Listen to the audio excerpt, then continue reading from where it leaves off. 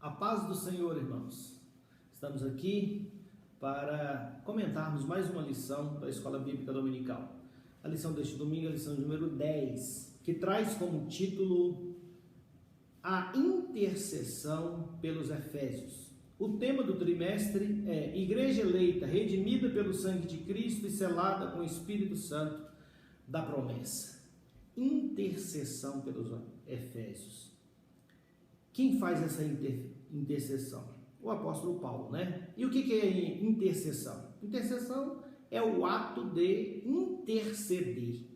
E o que é interceder? De acordo com a definição do dicionário, interceder é pedir, rogar por outrem ou por alguma coisa, ser intermediário a favor de alguém, intervir. Então, o intercessor é aquele que fica entre uma pessoa e outra pessoa, ou entre uma pessoa e uma determinada situação, para interceder, para falar por alguém ou por alguma coisa. E a lição vai falar sobre a intercessão do apóstolo Paulo pelos Efésios. E nós vamos aproveitar para falar um pouco sobre esse tema, intercessão à luz das Sagradas Escrituras. E o apóstolo Paulo, ele começa a sua intercessão exaltando aí a riqueza de Deus. No versículo 16 da nossa leitura bíblica em classe, está escrito: para que, segundo as riquezas da sua glória, vos conceda que sejais corroborados com poder pelo seu Espírito no homem interior. Então ele já começa deixando claro que ele está fazendo uma intercessão segundo as riquezas de sua glória, ou seja, segundo as riquezas da glória de Deus. Ele faz uma petição a Deus, faz uma intercessão ao Senhor Deus, de acordo com as riquezas de sua glória. Isso já quer significar que Deus, ele é rico em glória. Ele está querendo demonstrar que ele está pedindo para aquele que pode todas as coisas. E aí nós já vemos um princípio. Você tem que pedir algo, você tem que requerer algo para quem pode realizar, para quem pode conceder. E Paulo vai pedir para Deus, que é rico em glória e em poder e em majestade. Deus pode dar, Deus pode conceder, Deus pode resolver. É a primeira ideia, meu querido irmão, minha querida irmã. Você precisa crer que quando você se prostra diante do Senhor, e ele fala que ele se prostra de joelhos. Por causa disso, eu me ponho de joelhos perante o Pai de nosso Senhor Jesus Cristo, do qual toda a família nos céus e na terra toma o nome. Então, você precisa crer que aquele diante de quem você está prostrado de joelhos é poderoso para conceder a sua petição. Então ele vai pedir segundo as riquezas de sua glória. Aleluia, glória a Deus. É muito interessante que essa intercessão ela é feita em um espírito de obediência, de humildade. Alguém, quando se prostra, está evidenciando o reconhecimento da grandeza e da autoridade de outrem. E aí nós vamos ver o quê? Nós vamos ver que Deus, ele resiste aos soberbos, dá, porém, graça aos humildes. Então, o que nós vamos observar? Que quando nós estamos diante de Deus, nós temos que reconhecer que ele é poderoso para conceder as nossas petições e que ele é poderoso para nos ajudar. Nós devemos saber a quem estamos pedindo algo. É muito comum as pessoas recorrerem a outros meios, a outras formas, É muito comum as pessoas recorrerem aos ídolos, muitas vezes, sabendo que aquele ídolo, todos nós sabemos, não pode fazer nada, nada pode fazer.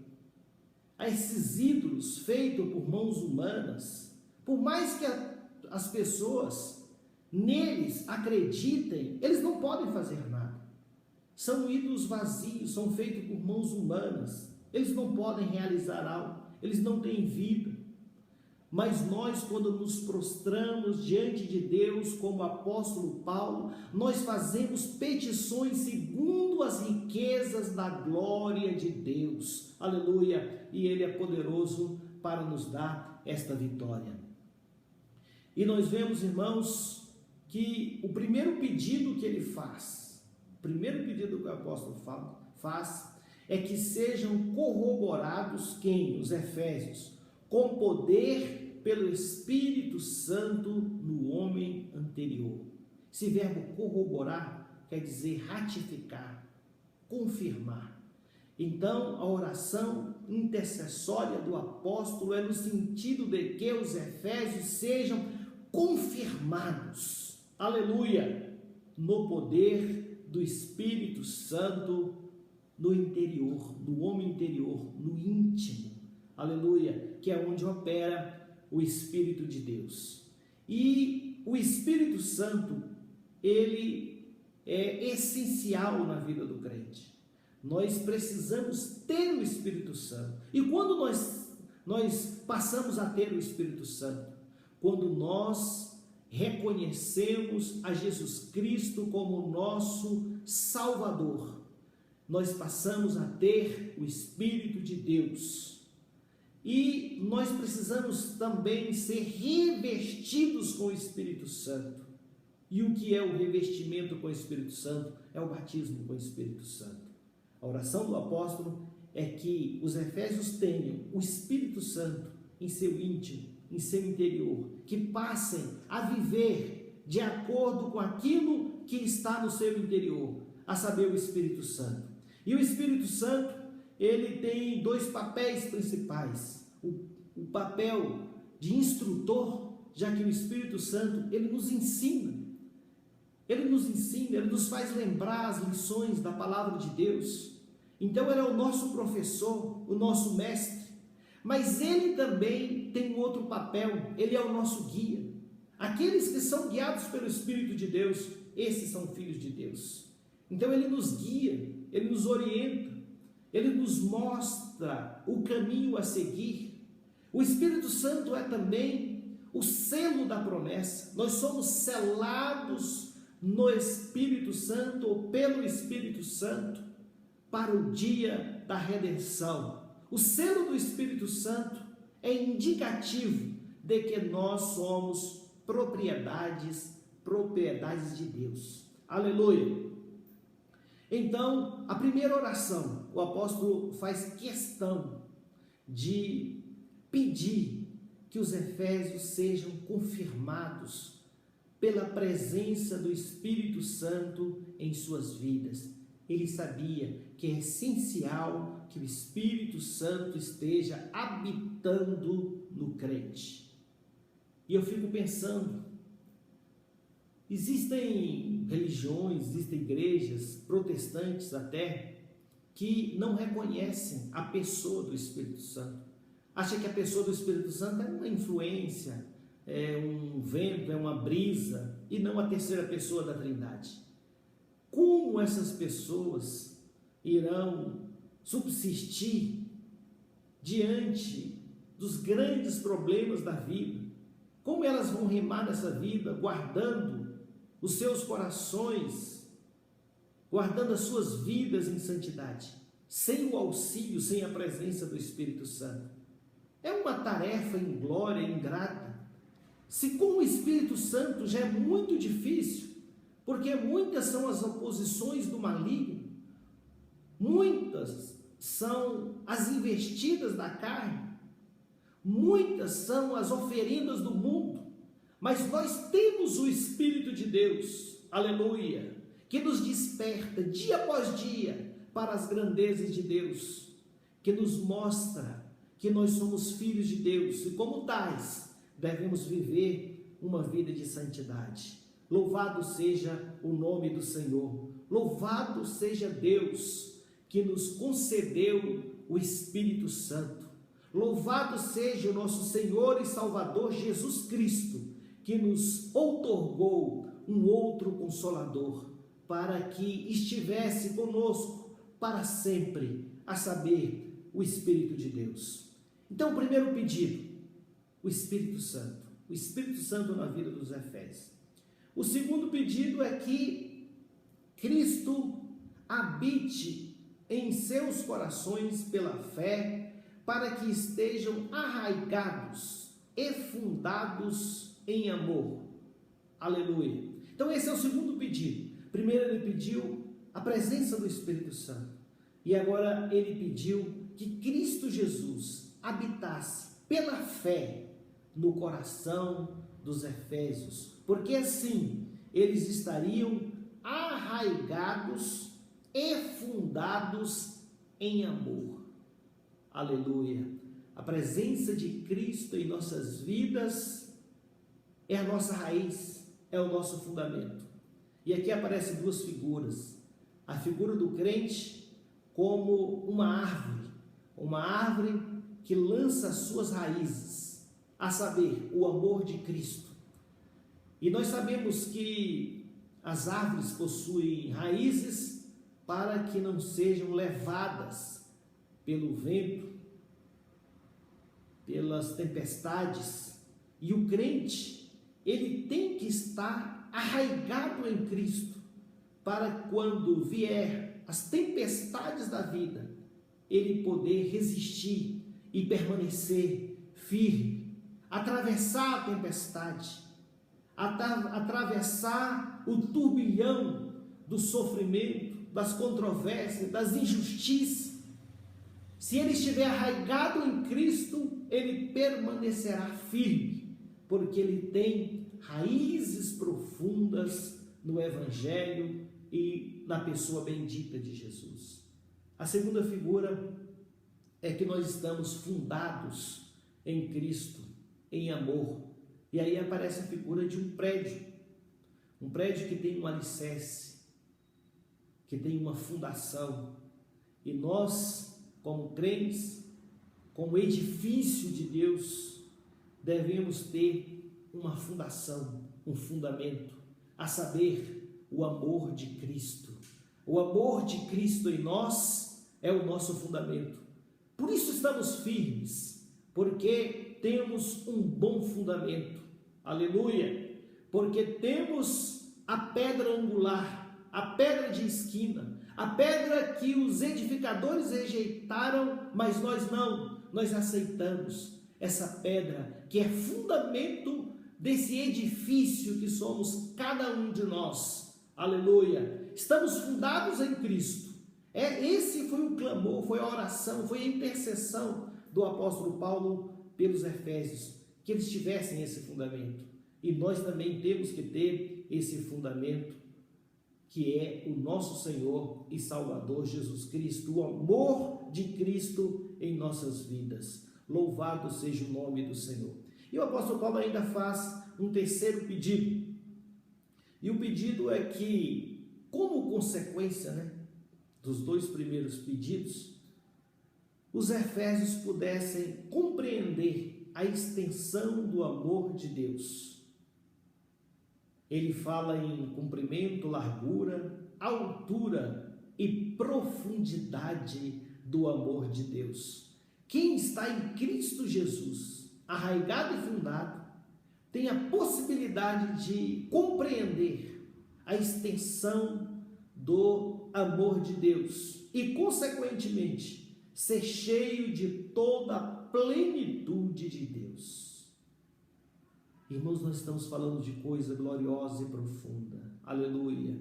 Aqueles que já alcançaram determinado nível de conhecimento, sabem do que eu estou falando. Quando um crente começa a meditar nessas coisas, o seu coração se alegra e as lágrimas vêm à tona quando ele começa a pensar no amor de Deus, na grandeza, na extensão do amor de Deus, na altura, na profundidade, na largura e no comprimento do amor de Deus. Ele começa a se encher de Deus, ele começa a se encher da plenitude de Deus, aleluia, e ele se sente cada vez mais pequeno e dependente de Deus, aleluia. O amor de Deus é tal que nós ficamos constrangidos. A palavra diz que o amor de Cristo nos constrange. Constrange em que sentido? O amor de Cristo é tão grande e nós não somos dignos dele, mas ele nos foi outorgado, e por isso nós ficamos constrangidos, ou seja, nós ficamos sem graça por não merecer esse amor que nos foi derramado, esse amor que foi derramado, aleluia, em nossos corações, pelo Espírito Santo que nos foi dado. Nós ficamos sem graça, porque não nos sentimos merecedores nem dignos, aleluia, de um tão grande amor, o amor de Deus em nossas vidas. Mas quando nós temos o Espírito de Deus em nós, quando estamos fundados, arraigados no amor de Cristo, nós começamos a compreender o amor de Deus e somos cheios da plenitude de Deus. E o que fazer diante disso? O apóstolo Paulo vai responder. Por fim, ele deixa assentado que Deus é poderoso, aleluia, para fazer muito mais abundantemente, além daquilo que pedimos ou pensamos. Veja aqui que é uma expressão cheia de pleonasmos, né? É um exagero aqui, é um exagero muito grande, uma repetição de ideias aqui, que Deus é poderoso para fazer muito mais abundantemente, além daquilo que pedimos ou pensamos, segundo o poder que em nós opera, o poder do Espírito Santo.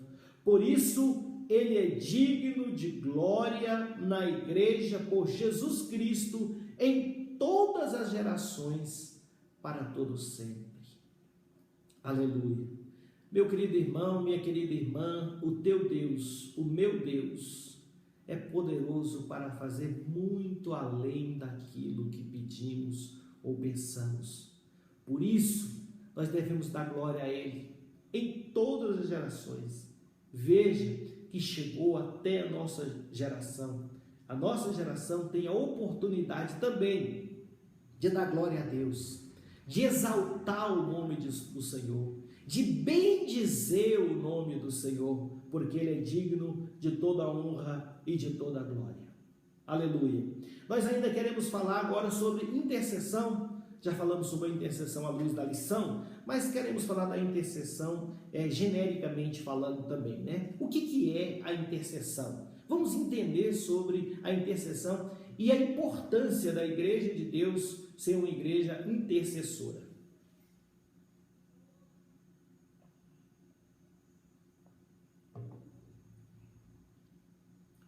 Intercessão, irmãos, antes de tudo, de mais nada, é bom que se frise, é um ato de amor. A intercessão é um ato de amor. Nós vivemos em uma época onde prevalece a indiferença, onde prevalece o individualismo, o egoísmo. Então as pessoas estão ensimesmadas, elas estão voltadas para suas próprias necessidades, para os seus próprios interesses. Mas o Evangelho não ratifica esse comportamento. Todo crente, todo servo de Deus que tem o Espírito de Deus, ele tem que se importar com os outros. Esse é o amor de Deus. Nós temos que nos importar com os outros. Não só de palavras, não só de discurso, mas de ações. Como o evangelista Paulo Batista gosta de nos lembrar sempre, nos exortar na palavra, Nós temos que sentir amor pelas almas, nós temos que abraçar as pessoas carentes do amor de Deus, nós temos que levar o Evangelho de Cristo, nós temos que interceder pelas pessoas. A intercessão é ato de amor. Nós intercedemos porque nós amamos as pessoas. E quando fazemos isso, nós estamos nos assemelhando com o nosso Mestre. Aliás, cristãos são pequenos cristos. Cristão é seguidor de Cristo. Nós temos que imitar o nosso Senhor e Salvador Jesus Cristo, cuja vida não foi vivida para si, mas viveu unicamente para os outros. Nunca buscou seus interesses próprios, mas os interesses do Pai. Como o apóstolo Paulo não buscava os seus próprios interesses, mas o interesse de Cristo. E o nosso Senhor e Salvador Jesus Cristo, em seu ministério, estava preocupado com as almas, com a vida. Um ministério marcado pelo amor, pela misericórdia, pela piedade. E é por isso que ele ia de aldeia em aldeia, é por isso que ele transitava naquelas estradas da Palestina para libertar e salvar o que se havia perdido. Pessoas oprimidas pelo inimigo das nossas almas, ele ia para libertá-las das enfermidades, dos espíritos imundos, e não media esforços. E onde ele estava, as multidões o acompanhavam em busca de algo, e ele tinha misericórdia, e o seu coração, diz a palavra de Deus, se apiedava das multidões, porque eram como ovelhas que não têm pastor. E eu quero dizer, amada igreja, que as multidões ainda estão aí, andando de um lado para o outro, como ovelhas que não têm pastor. E você tem a palavra da vida, a palavra de poder, a mensagem do Evangelho, o poder do Espírito, aleluia, para exercer o ministério que Cristo colocou em tuas mãos.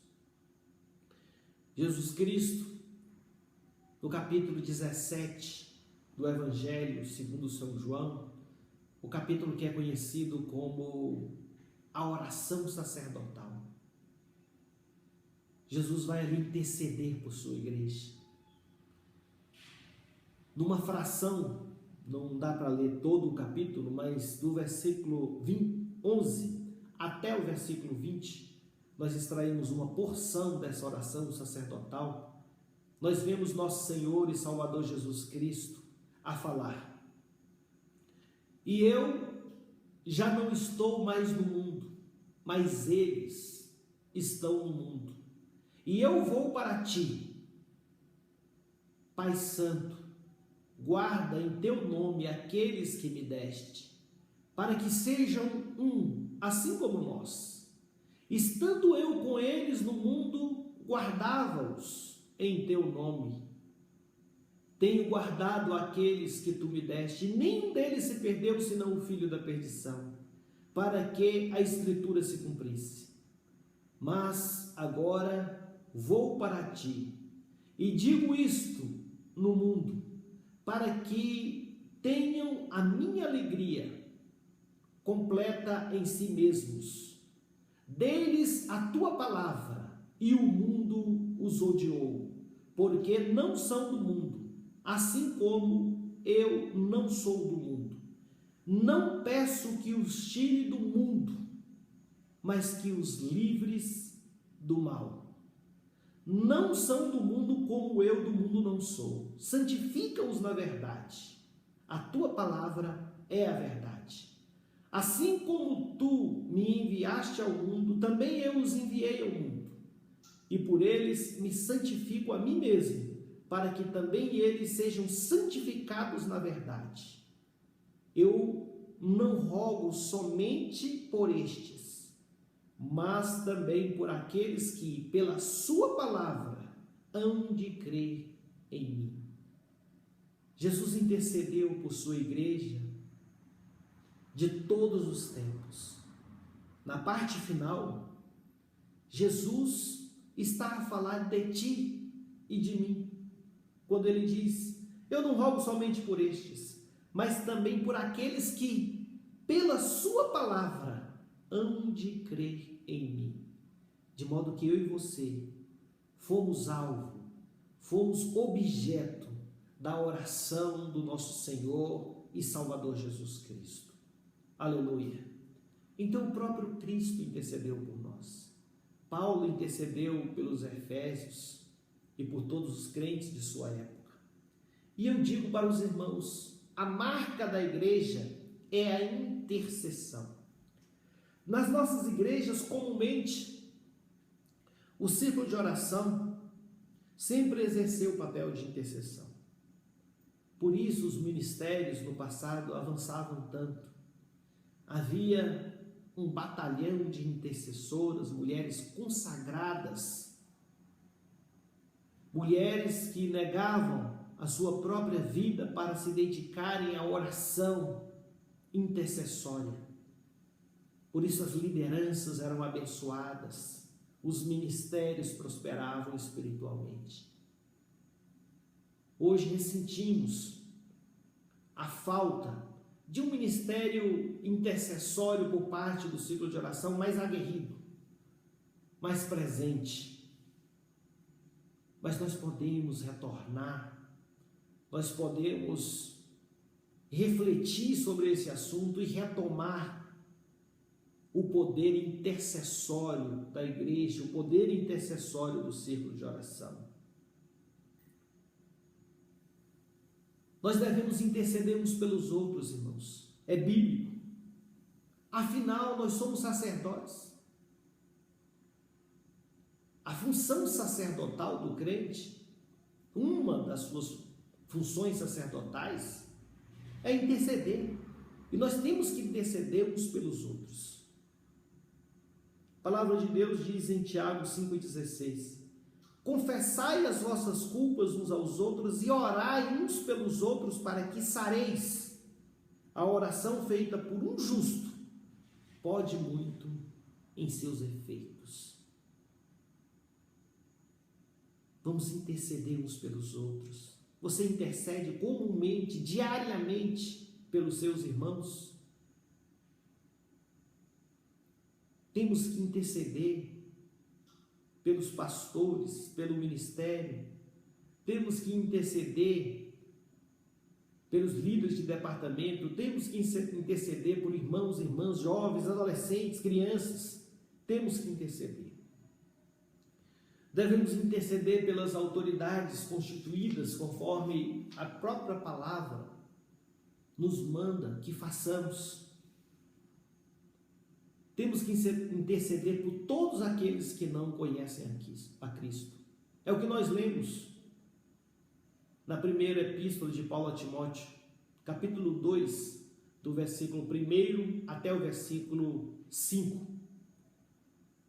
Admoesto-te, pois, antes de tudo, que se façam deprecações, orações, intercessões e ações de graça por todos os homens, pelos reis e por todos os que estão em eminência, para que tenhamos uma vida quieta e sossegada, em toda piedade e honestidade, porque isto é bom e agradável diante de Deus, nosso Salvador, que quer que todos os homens se salvem e venham ao conhecimento da verdade. Porque há um só Deus e um só mediador entre Deus e os homens, Jesus Cristo, homem. Então temos que interceder pelas autoridades, pelos que estão em eminência. Temos que interceder por todos os homens para que eles venham ao conhecimento da verdade. Temos que interceder porque Jesus intercede por nós. Intercedeu por nós e ainda hoje intercede por nós junto ao Pai.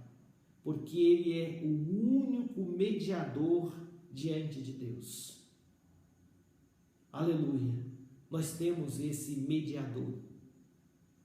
E nós nos sentimos seguros nos braços de Cristo. E assim como Cristo faz conosco, nós devemos fazer com os nossos irmãos e com os demais homens. Irmãos, sejamos crentes intercessores, saibamos do valor da intercessão. Quantos e quantos testemunhos nós não já temos do poder que confirmam o poder da oração intercessória. Portanto, prossigamos assim, intercedendo uns pelos outros e pela Igreja de Cristo. Amém.